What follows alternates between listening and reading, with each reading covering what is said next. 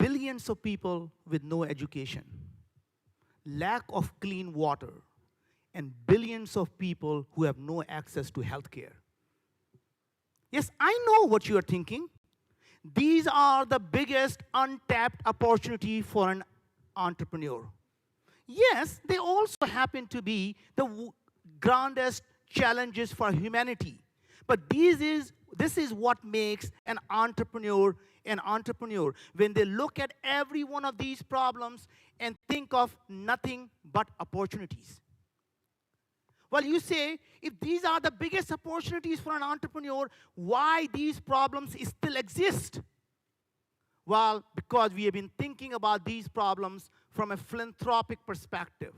We have been thinking of them as someone else's problem. These are the social entrepreneurs who need to deal with them. And these social entrepreneurs, they're not really an entrepreneur because they're really not becoming an entrepreneur. They're social entrepreneur. Let me tell you something. An entrepreneur is an entrepreneur is an entrepreneur. A business that's not profitable business is not a sustainable business. So how do we go out and become a successful entrepreneur and create a billion-dollar company? You create a billion-dollar company by solving a $10 billion problem. And the problems that I mentioned are not $10 billion problem. They are $100 billion problems. They are trillion-dollar problems. So if any one of you out there thinking there is no money in these things, think again. So what's the mindset of an entrepreneur that allows them to do these crazy things? Let me tell you what it is. When an entrepreneur dreams, he dreams big. An entrepreneur is so audacious that when someone asks him, what are you doing? And they come up and say, sir, I'm thinking of mining the moon so I can bring the precious resources so that humanity can be better on Earth. And you know what they're told? You are crazy. And tell you what, until you have been called crazy, you're not thinking big enough. I admit there are some people who are just crazy. Now, what's the mindset of an entrepreneur? Entrepreneur looks at the problem very differently. It's a mindset. The minute you define what the problem is, you almost restrict the solution you're going to be able to come up with. For example, everyone in this room will tell you that our education system is broken. Guess what? There is someone out there who's thinking, I think I can fix this broken education system. Well, guess what? Our education system is not broken. It is, in fact, obsolete.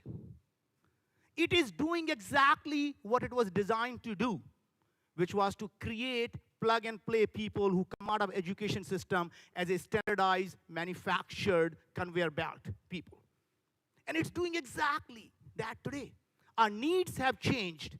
Today we have a society where exponential technologies are making everything obsolete. Every skill becomes obsolete in 5 to 10 years.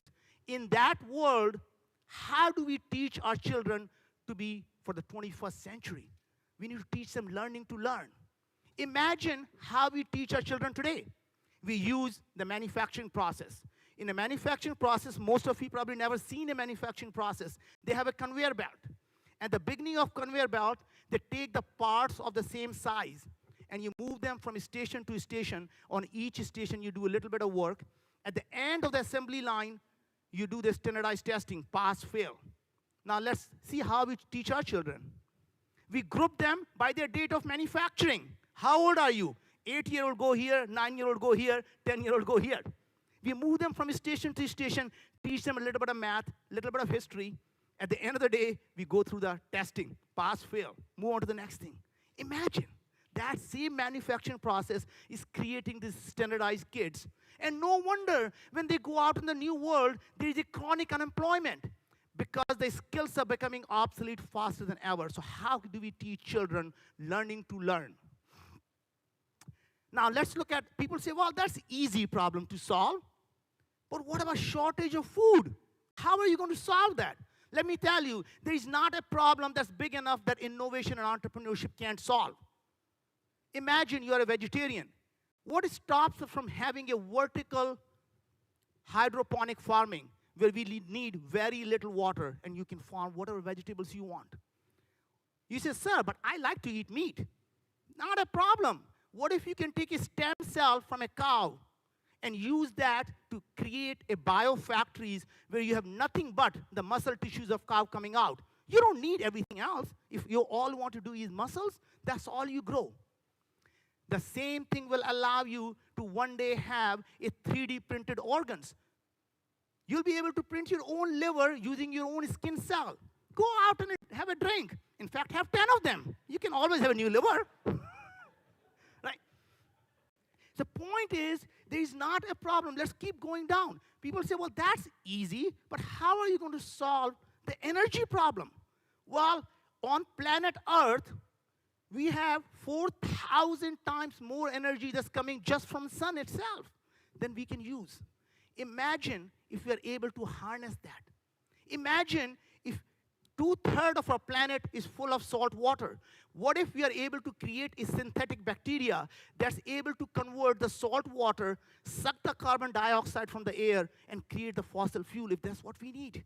The point is, it is all in your imagination. From the child, you're told, sky is the limit. Having grown up, let me tell you something. There is no such thing as sky, because sky is nothing but a figment of your imagination. When you go from here to moon, I can tell you that you never pass a sky. There is no such thing. It's all figment of our imagination. Right? So if somebody tells you sky is the limit, what they're telling you is your imagination is the only thing that's limiting you. Anytime you think about scarcity, you're always thinking about, I need to use less of it. Sustainability has become a bad word. It means conservation. I can tell you as a parent, sustainability comes from creating more, not from using less. What if we can create the abundance of everything and not think of the world as scarce? In that abundance, what will you do? Here is a child who grew up poor in India with no food to eat, lying in the starry night looking at the moon and thinking, how can some humanity ever go to the moon? That child who came to this country with $5 in the pocket, didn't speak the language, is building the first company to be landing on the moon. Imagine if a poor child from an immigrant who comes to this country who cannot speak a language can go to the moon, what can you do? Last thing I can tell you one thing is, when you are going out there, always thinking about leaving a better country for your children. Instead, leave the better children for your country, and our future will be in good hands. Thank you.